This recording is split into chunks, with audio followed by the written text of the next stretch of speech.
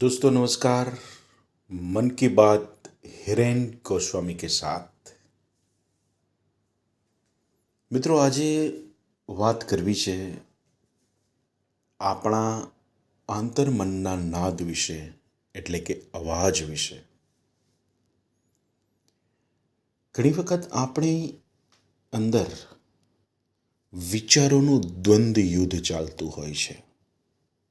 એટલે કે આપણા બે મન વચ્ચે ફાઇટ ચાલતી હોય છે. એમાંનું જાગૃત મન અને અર્ધ જાગૃત મન. મિત્રો, જાગૃત મન જે છે એ હંમેશા તર્કથી ભરેલું હોય છે અને એને તાર્કિક મન કહેવામાં આવે છે. એટલે કે લોજિકથી ભરેલું હોય છે અને દરેક વાત અને વિચારોની અંદર પ્રશ્નો ઊભા થતા હોય છે એ મનની અંદર.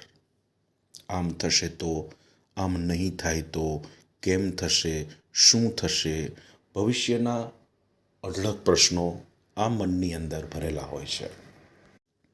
અને આ સતત લોજિક કરતું હોય છે.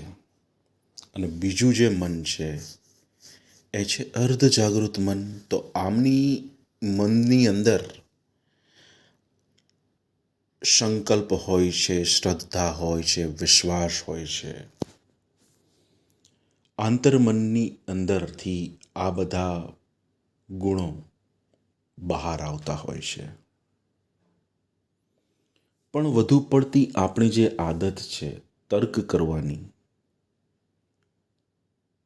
તો એ તર્ક ઓછા થાય તો તમે શ્રદ્ધા, વિશ્વાસ, આંતરમનના ઊંડાણ સુધી પહોંચી શકો. અહીં અમે મેડિટેશન થેરાપીમાં કોન્શિયસ માઇન્ડને, એટલે કે જાગ્રત મનને બાયપાસ કરી સીધા જ એફર્મેશન અને સોલ્યુશન બેઝ, સ્ક્રિપ્ટ બેઝ જે પણ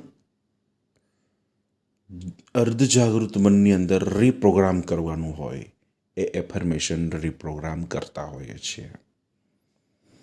એટલે કે જો તમારું જાગૃત મન તર્ક કરતું બંધ થાય તો ને તો જ તમારી એફર્મેશન સબકોન્શિયસ માઇન્ડ સુધી પહોંચી શકે છે અને આગળ રીપ્રોગ્રામિંગ થઈ અને તમારા રિયલ લાઈફના જીવનમાં બદલાવ લાવી શકે છે. દોસ્તો, તો આ દ્વંદ્વ યુદ્ધને જાણવા માટે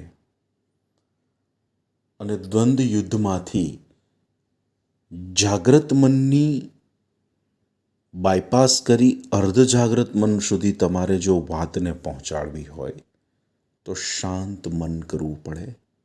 અને શાંત મને તમે જે વિચારો, તમે આંતરમનના ઊંડાણમાં જે પ્રોગ્રામિંગ કરો છો એ પ્રોગ્રામિંગ સબકોન્શિયસ માઇન્ડ સુધી, એટલે કે તમારા અર્ધ જાગૃત મન સુધી પહોંચી જાય છે. દોસ્તો,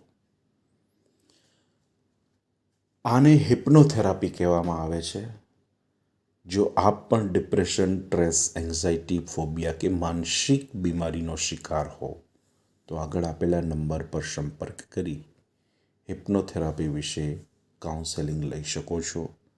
9327668722. હિરેન ગોસ્વામી, માનવ કન્સલ્ટિંગ, રાજકોટ.